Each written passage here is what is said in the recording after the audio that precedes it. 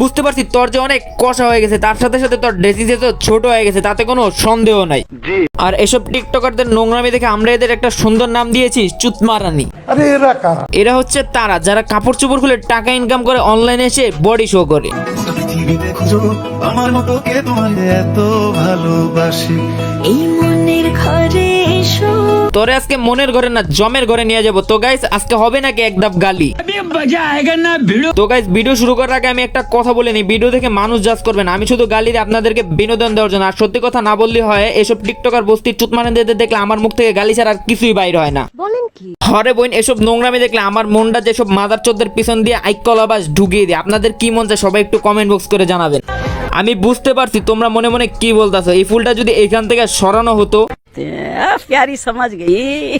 No tension ভাই, তোমাদের ভাই তো এখনো বাচ্চা আছে, তোমাদের সুবিধার জন্য এটা আমি সরাই দিতাছি। আমার বুকে ভরা এখন গাইস এসব থেকে আমার সাদা মনে একটা প্রশ্ন আসলো, ওই কি ডাব দেখায় ভিউ নিতেছে নাকি অন্য কিছু দেখায় ভিউ নিতেছে? আমি কিছু বুঝতেছি না। কি মানুষ রে বাবা।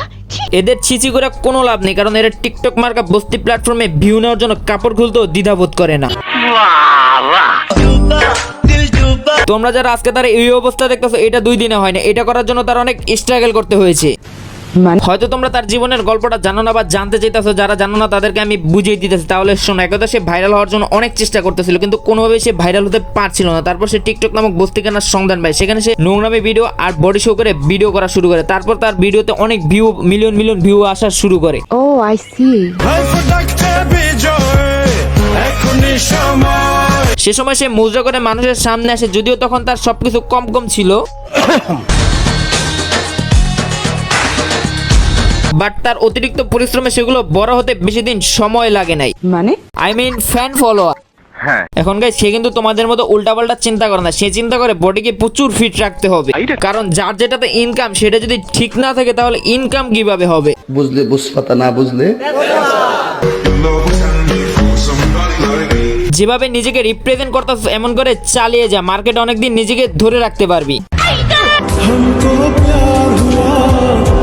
তোর পেয়ার পর বাদ দে, আমার যেটা সাদা মনে কালো প্রশ্ন, তোর উপরে যে পরিমাণে ট্যাটু দেখতেছে জানি না অন্য জায়গায় কতগুলা ট্যাটু আছে তোর। এসব কি বলছেন আপনি? না না, এসব ট্যাটু দরকার আছে, কারণ অনেক স্টাররা এমন ট্যাটু করে থাকে। জানি, আমিও সব জানি। প্রচুর ঢং আর প্রচুর বডি শপ করতে করতে তার আর পিছনে ফিরে তাকাতে হয়নি, সামনের দিকে অগ্রসর হইতাছে। এসব খানকি মাগি করে ঢং দেখলে আমার মন ডাচ্ছে, এসব খানকি মাগি করে ছাদের থেকে লাত্তি দেওয়া ফালাই দিই। যদি চোখ দিয়ে কাউকে ডুবাতে চান তাহলে শুধু চোখটাই দেখেন, অন্য কিছু কেন দেখাইতেছিস তুই বোন? আমি বুঝতাছি না তোর কাহিনী।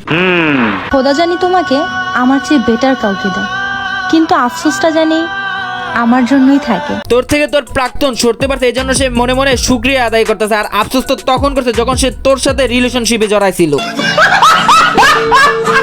আমি যা করছি আর যা করি সবই পাপ, আর আপনি তো চালচালা জান্নাতে যাবেন, তাই না? জান্নাত আর জাহান্নামের চিন্তাও করেছে, আমরা তো ভাবতেও পারি নাই।